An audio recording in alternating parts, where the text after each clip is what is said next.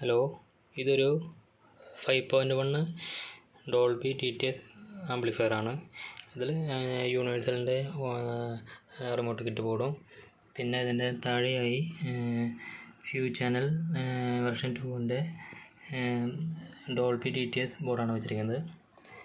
പിന്നെ ഇത് USB ബോർഡാണ്. USB ബോർഡ് അത് ഈ ബോർഡ് യൂണിവേഴ്സൽ റിമോട്ട് കിറ്റിൽ മെർജ് ചെയ്തിരിക്കുന്നു. ഇതിലൊരു പവർ ടെക്കിൻ്റെ 100 വാട്ടിൻ്റെ ടിപ്പ് ബോർഡാണ്. ഇത് 5 ചാനൽ ബോർഡാണ് വെച്ചിരിക്കുന്നത്. IC ബോർഡാണ് വെച്ചിരിക്കുന്നത്. പിന്നെ ഈ ഫ്യൂടെക് ബോർഡ് വെച്ച് റിമോട്ട് കെട്ട് വെച്ച് ചെയ്യുമ്പോൾ ഒത്തിരി പേർക്ക് നോയ്സ് കയറി വരുന്നുണ്ട്. ഒപ്റ്റിക്കൽ ARC മിനി ഡീകോഡറായ ഫ്യൂടെക് ഓപ്ഷൻ എടുക്കുമ്പോൾ ഒപ്റ്റിക്കൽ ARC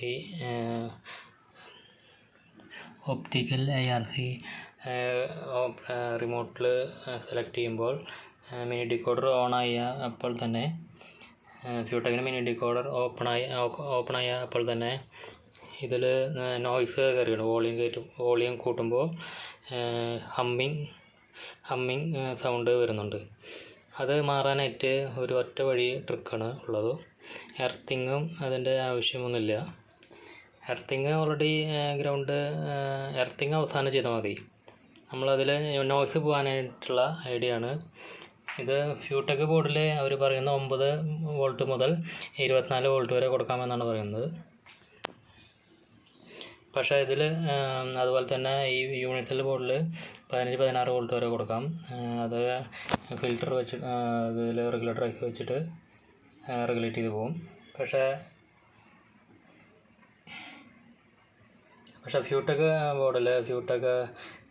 ഈ യൂണിവേഴ്സൽ ബോർഡിൽ നമ്മൾ ചെയ്യേണ്ടതെന്ന് വെച്ചിട്ടുണ്ടെങ്കിൽ ഒരു ഫിൽറ്റർ ചെയ്ത് 4700 mF കപ്പാസിറ്റർ 25 വോൾട്ട് വയ്ക്കണം. 4700 വയ്ക്കണം. ട്രാൻസ്ഫോമർ 2 ആമ്പിയർ ആയാലും മതി. അതിൽ റെഗുലേറ്റർ ചെയ്ത് കൊടുക്കണം. പക്ഷേ അവർ 24 വോൾട്ട് വരെ കൊടുക്കാമെന്ന് പറയുന്നുണ്ട്. യൂണിവേഴ്സൽ ബോർഡിൽ 16 വോൾട്ട് വരെ കൊടുക്കാം. ഫ്യൂടെക് ബോർഡിൽ 24 വോൾട്ട് വരെ കൊടുക്കാമെന്ന് പറയുന്നത്. പക്ഷേ നോയ്സ് വരാണ്ടിരിക്കാൻ വേണ്ടിയിട്ട് regulator IC 12 volt regulator IC വെച്ചിട്ട് ഔട്ട്പുട്ട് എടുത്തിട്ട് വേണം ഫ്യൂടെക് ബോർഡിലേക്കും യൂണിവേഴ്സൽ ബോർഡിലേക്കും കൊടുക്കാനായിട്ട്. അതിൽ റെഗുലേറ്റർ ചെയ്ത് കൊടുത്താൽ നോയ്സ് സെറ്റ് സൈലൻ്റ് ആവും.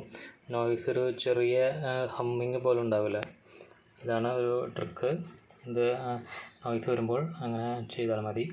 പിന്നെ ഇതിൽ കോമൺ ആയിട്ട് വേറെ എർത്തിങ്ങിൻ്റെ ആവശ്യങ്ങളൊന്നുമില്ല. എന്ന് വെച്ചിട്ടുണ്ടെങ്കിൽ ഇതിൽ പറഞ്ഞിരിക്കുന്ന പോലെ ചെയ്യാൽ മതി. ഫ്യൂടെക്കിൻ്റെ ഔട്ട് എടുത്തിട്ട് ഇതിൻ്റെ യൂണിവേഴ്സലിൻ്റെ ഇൻപുട്ടിലേക്കും യൂണിവേഴ്സലിൻ്റെ ഇൻപുട്ടിലേക്ക് കൊടുക്കുക. പിന്നെ ഇതിൻ്റെ ഔട്ട് എടുത്തിട്ട് ആംപ്ലിഫയർ ഇൻപുട്ടിലേക്ക് കൊടുത്താൽ മതി. അതിൽ വേറെ പിന്നെ എൻ്റെ ആവശ്യങ്ങളൊന്നുമില്ല. പിന്നെ എർത്തിങ്ങിൻ്റെ അതിൻ്റെ ആവശ്യങ്ങളൊന്നുമില്ല.